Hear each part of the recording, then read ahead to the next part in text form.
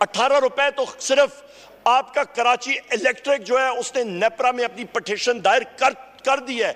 18 रुपए 75 पैसे वो कहते हैं हमें इंक्रीज दें। कराची को यहां पे जो लोग मौजूद हैं ये अपनी खैर मनाएं, ये अपने घरों में नहीं जा सकेंगे। वहां पे जो लोड शेडिंग का अमल आएगा ये इनकी खैर मनाएं।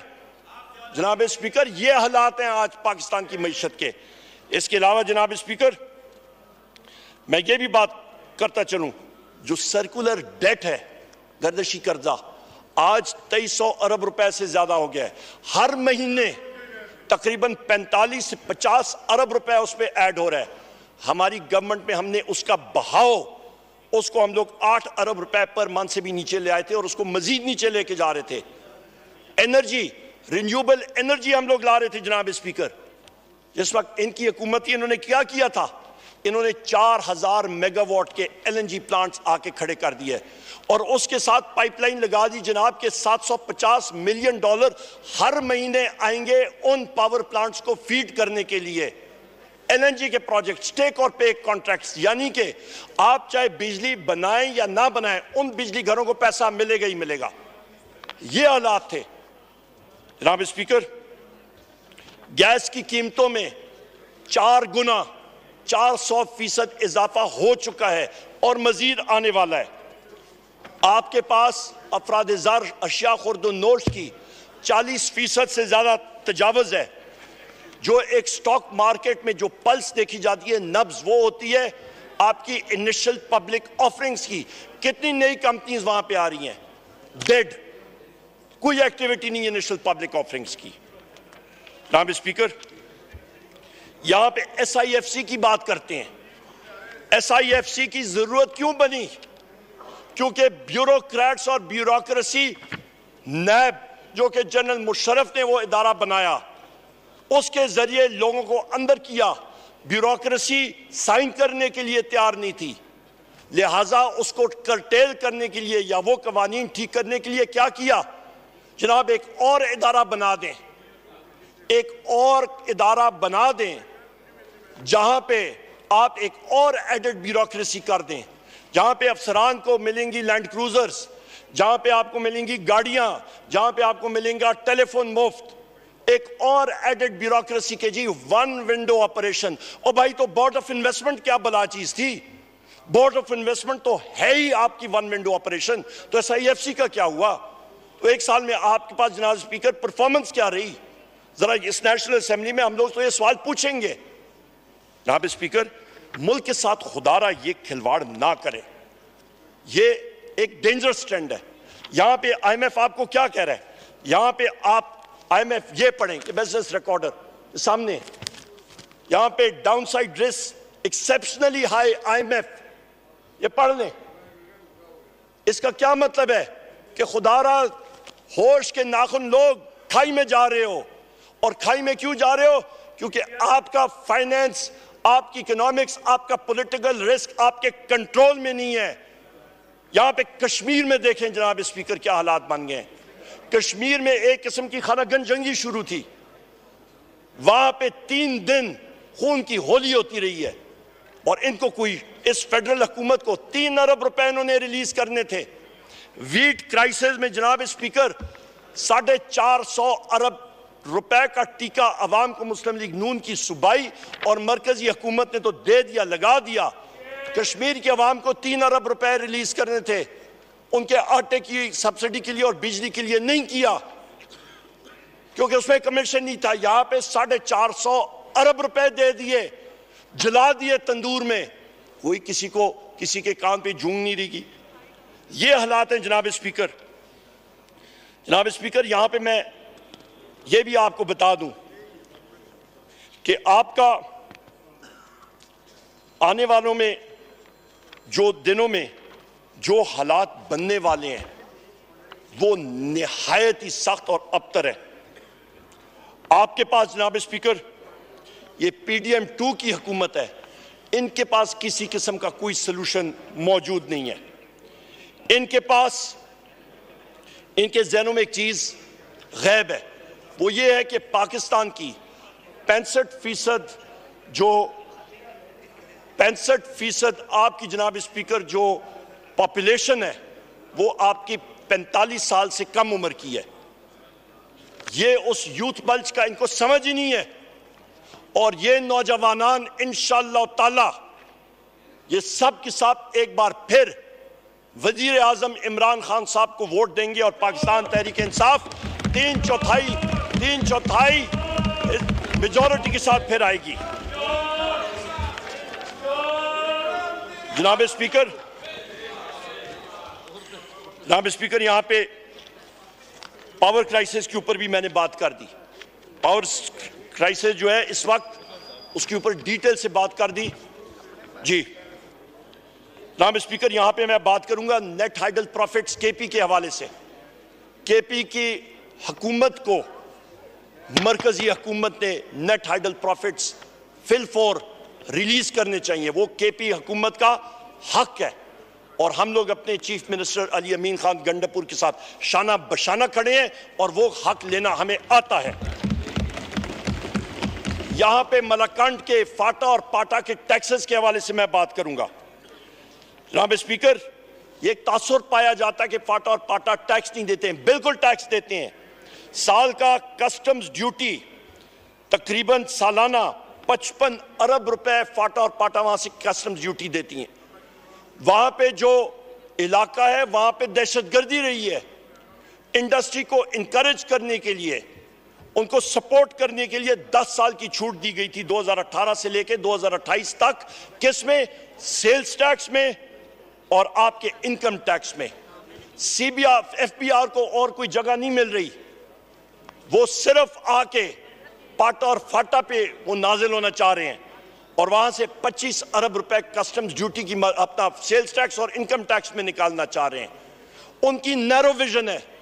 क्या वो जो लोग दहशतगर्दी में रुल गए थे, उनके असासे खत्म हो गए थे, जान के नजराने दिए, उन पे आप फिर सीना जोरी करना चाह रहे हैं? जनाब स्पीकर, जनूबी पंजाब सेक्रेटेरिएट हमजा शरीफ ने उसको खत्म करने की कोशिश की। वहां पे एक बार फिर उसकी हुकूमत खत्म हो गई। चौधरी परवेज इलाही साहब आए और फिर उस पे वार किया गया है। जो जनूबी पंजाब का एडिशनल सेक्रेटरी था उसकी पोजीशन को एक जुम्बश कलम से मरियम नवाज ने खत्म कर दिया और वहां पे जितने अफसरान हैं उनका किबला, उनको डायरेक्शंस दी गई हैं कि तख्त लाहौर की तरफ आप फिर रजू करें। जो इस साइड भी जनूबी पंजाब के लोग हैं जनाब स्पीकर, या यहां पे भी हैं जनाब स्पीकर, यहां पे लोग इनसे पूछेंगे कि कितने वियना 100 है, इनको पता लगेगा। ये हालात हैं जनूबी पंजाब के, इसको हम लोग कंडेम करते हैं जनाब स्पीकर। एकदम फिल फॉर एसीएस की पोजीशन वहां पे फिर से करें और जो डिपार्टमेंट्स थे 15 के 15 को फिर से रिवाइव करना चाहिए। वहां पे डिपार्टमेंट्स को भी उन्होंने कम कर दिया। जनाब स्पीकर, वीट स्कैम अभी ये कलीमुल्ला टू सलीमुल्ला, सलीमुल्ला टू कलीमुल्ला चल रहा है। 16 रुपए की रोटी मुझे बता दें कहां पे मिलती है पंजाब में जनाब स्पीकर? कहीं पे भी नहीं। जहां पे चोकर की भरी हुई जो आपकी यूक्रेन से इंपोर्ट की हुई है 450 अरब रुपए का वीट स्कैम जनाब स्पीकर, जिसपे अरबों रुपए का स्कैम हुआ है, वो रोटी जनाब स्पीकर, उस कीमत की रोटी मुयसर ही नहीं है। जो आपका काश्तकार है, काश्तकार जो है पंजाब में जनाब स्पीकर जितने प्रेशर के नीचे है, वहां पे फायदा किसको हुआ? इंपोर्टर को। उन्होंने अपना खांचा लगाया। इनके अफसरान को, मोहसिन नकवी को हुआ, इनके वज़रा को हुआ, इन सब के सब को हुआ, शहबाज शरीफ को हुआ, इन सब को फायदा हुआ जनाब स्पीकर, जो इस स्कैम में मुलव्वस थे। और इसकी जुडिशल इंक्वायरी होनी चाहिए जनाब स्पीकर।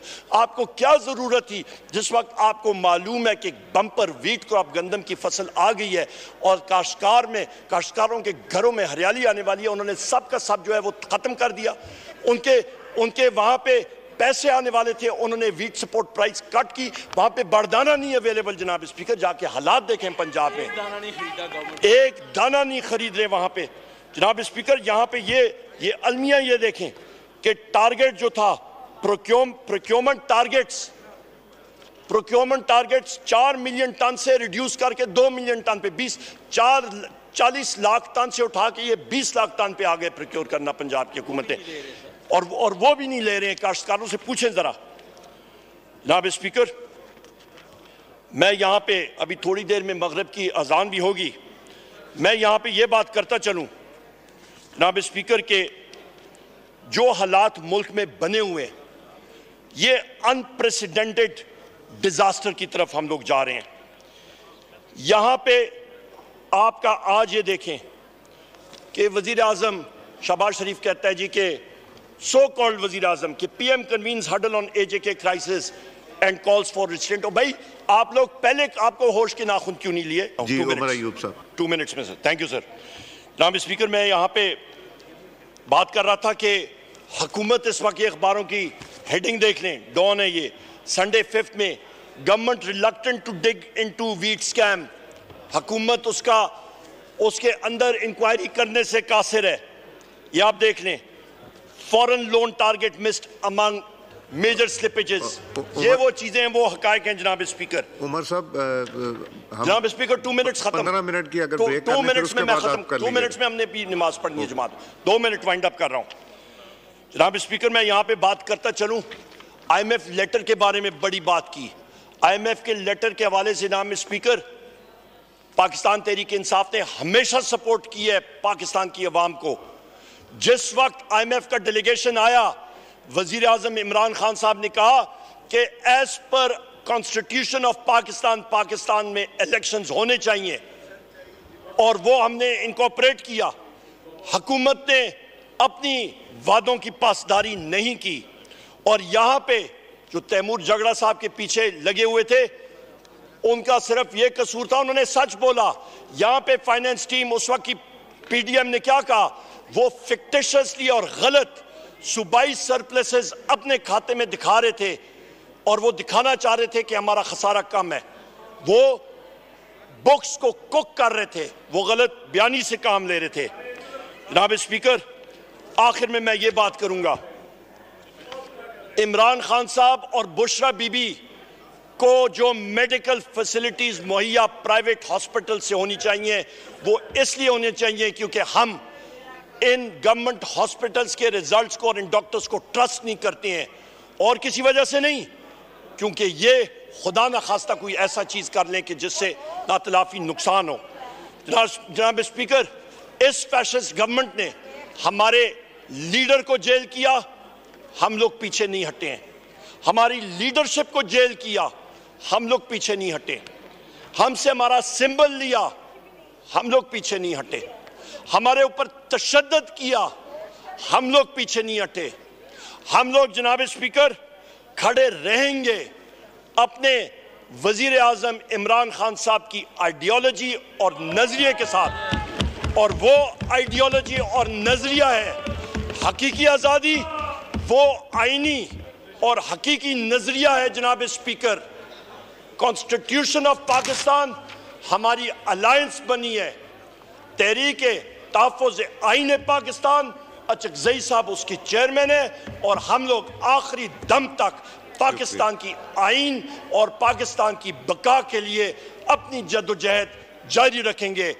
इमरान खान पाकिस्तान जिंदाबाद। मैं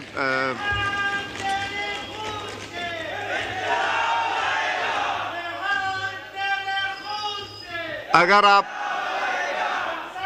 ये ले जाएं, इनको बाहर ले जाएं, इधर जो भी हैं, आपको मैंने पहले वार्न किया था, आपके खिलाफ एक्शन लिया जाएगा।